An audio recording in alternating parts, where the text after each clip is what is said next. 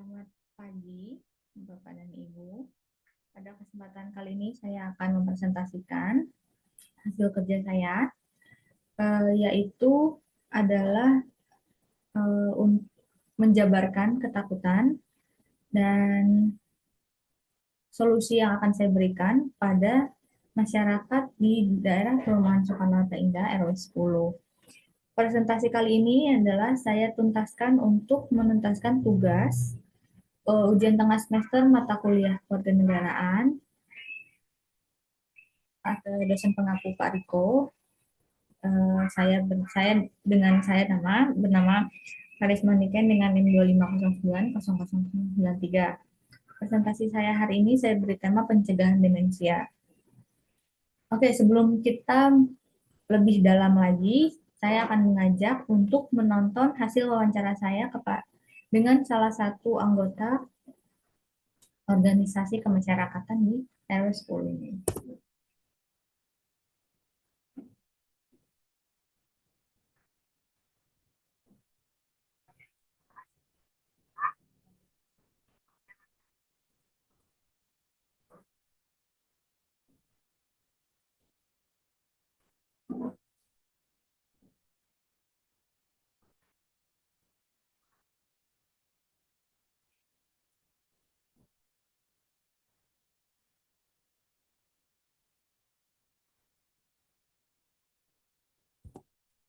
Kita sudah saksikan bersama bahwa yang paling ditakuti, yang palingnya menjadi hal yang mengganggu kegiatan sehari-hari masyarakat adalah ketakutan mereka akan demensia. Jadi, identifikasi masalahnya dalam masyarakat RW 10 ini, daerah perumahan Soekarno-Hatta ini paling banyak atau kebanyakan adalah lansia. Lansia yang sudah pensiun dari pekerjaan lama. Dengan usia lebih dari 70 tahun, mereka mengutarakan ketakutannya akan terjangkit demensia setelah melihat beberapa tetangganya yang sudah mengalami penyakit tersebut, malah cenderung mengalami penurunan kemampuan untuk kegiatan sehari-hari. Oke, sebelumnya apa sih itu demensia? Demensia merupakan kelompok atau bukan penyakit spesifik, namun merupakan kelompok kondisi yang ditandai dengan penurunan setidaknya dua fungsi otak, seperti hilangnya memori dan kemampuan untuk menilai. Gejalanya melingkup gejalanya termasuk mudah lupa, keterampilan sosial terbatas, dan kemampuan berpikir yang terganggu sehingga mengganggu fungsi sehari-hari. Yang kedua, mengapa sih demensia itu bisa terjadi? Kondisi ini disebabkan jelas oleh kerusakan pada sel saraf otak pembuluh darah dan beberapa penyebab umum seperti Alzheimer, demensia vaskular, atau badan nyeri. Bentuk demensia yang paling umum ditandai dengan kerusakan dan hilangnya saraf di otak, terutama pada daerah yang bertanggung jawab untuk ingatan dan pemikiran. Demensia ini terbagi menjadi tiga. Yang pertama ada demensia vaskular, yaitu terjadi akibat gangguan aliran darah ke otak seperti stroke dan gangguan kerusakan pembuluh darah yang menyebabkan kerusakan pada jaringan otak. Yang kedua ada demensia pada badan lewi, yaitu bentuk demensia yang ditandai dengan adanya protein abnormal di dalam sel saraf otak yang mengganggu fungsi otak. Yang terakhir ada demensia frontotemporal, yaitu bentuk demensia yang mempengaruhi bagian frontal temporal otak yang bertanggung jawab untuk perilaku bahasa dan pemikiran. Penyebab demensia lainnya juga bisa disebabkan oleh kondisi lain seperti cedera kepala, infeksi, atau masalah tiroid. Bagaimana sih cara kita untuk mencegah demensia? Demensia memang tidak bisa disembuhkan, namun bisa dicegah. Pengobatan dan terapi kognitif bisa dilakukan lansia untuk mencegah penyakit demensia dan meningkatkan kualitas hidup penderita. Jika demensia dapat diatasi, ada kemungkinan bahwa demensia juga bisa dicegah. Selanjutnya adalah alternatif kebijakan yang berusaha saya tawarkan. Kami berupaya menciptakan kegiatan yang bermanfaat untuk mencegah demensia pada lansia dengan alat sederhana dan kegiatan yang pastinya juga menyenangkan.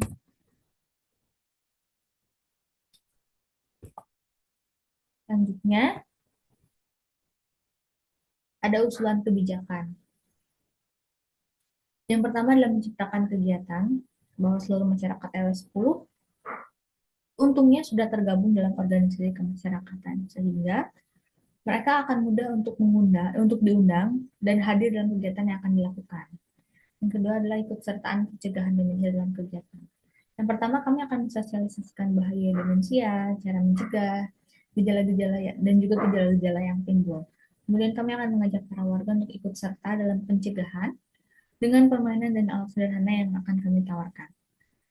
Yang terakhir adalah mengagendakan menjadi kegiatan yang rutin. Nantinya kami akan bekerja sama dengan organisasi kemasyarakatan warga sehingga kami bisa mendistribusikan alat dan permainan secara berkala agar bisa dilakukan secara mandiri di rumah.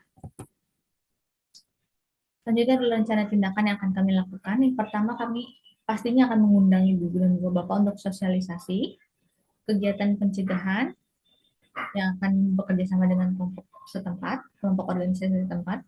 Kemudian kami akan mengajak ibu dan bapak untuk menggunakan alat yang dengan menyenangkan, tanpa paksaan, dan pastinya harus fokus.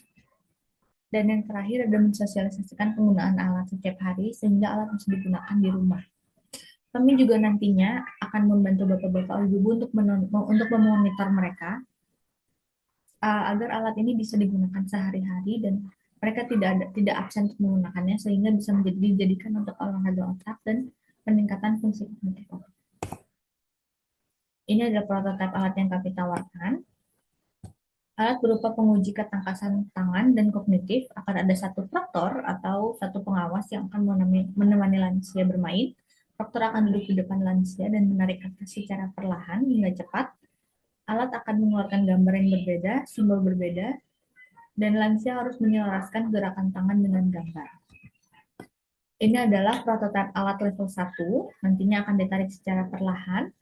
Apabila muncul simbol lingkaran, lansia harus mengeluarkan tangan mengepal. Harus mengeluarkan tangan mengepal seperti ini. Apabila muncul segitiga, lansia harus mengeluarkan punggung tangan. Apabila muncul telapak tangan, lansia harus menunjukkan telapak tangan dengan cara. Nah, ini dia alatnya. Alat ini digunakan nantinya lansia akan duduk di depan sini. Ini dan di sebelah sini adalah proktornya. Proktor akan menarik kertas, lansia akan menepuk perlahan. Muncul dua simbol alat kanan kiri tangan dua tangan digunakan. Muncul simbol lingkaran berarti kedua tangan mengepal, dipukul halus di alatnya, di atas alatnya. Muncul simbol telapak tangan dan segitiga. Tangan kanan berarti menepuk dengan telapak tangan kiri berarti menepuk dengan punggung tangan secara perlahan. Dan selanjutnya, ini adalah alat level 1. Alat ini dimainkan dalam jangka waktu 5 hingga 10 menit, pelan-pelan. Hanya terdapat 3 simbol. Nanti selanjutnya akan ada level 2 dengan 5 simbol, level 3 dengan 6 simbol. Simbol yang berbeda digunakan untuk 2 tangan dan ditarik perlahan, dan kecepatan ketangkasannya pun waktu akan terus meningkat. Ini adalah contoh penggunaan alatnya, seperti ini.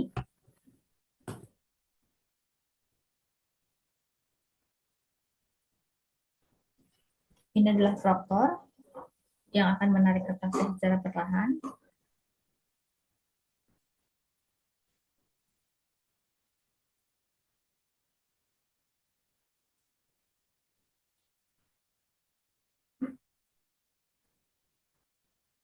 Alat ini bisa digunakan dalam jangka waktu yang panjang dan berulang.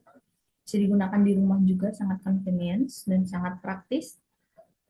Proktor hanya harus menarik alat dan lansia hanya akan mengikuti simbol-simbol tersebut. Mungkin sekian presentasi saya hari ini dan solusi yang dapat saya tawarkan. Semoga bisa dijadikan jalan keluar untuk menekan penyakit demensia yang saat ini sedang marak terjadi di RW 10 ini. Sekian dari saya Karisma Niken dari jurusan Psikologi, NIM 903. Terima kasih.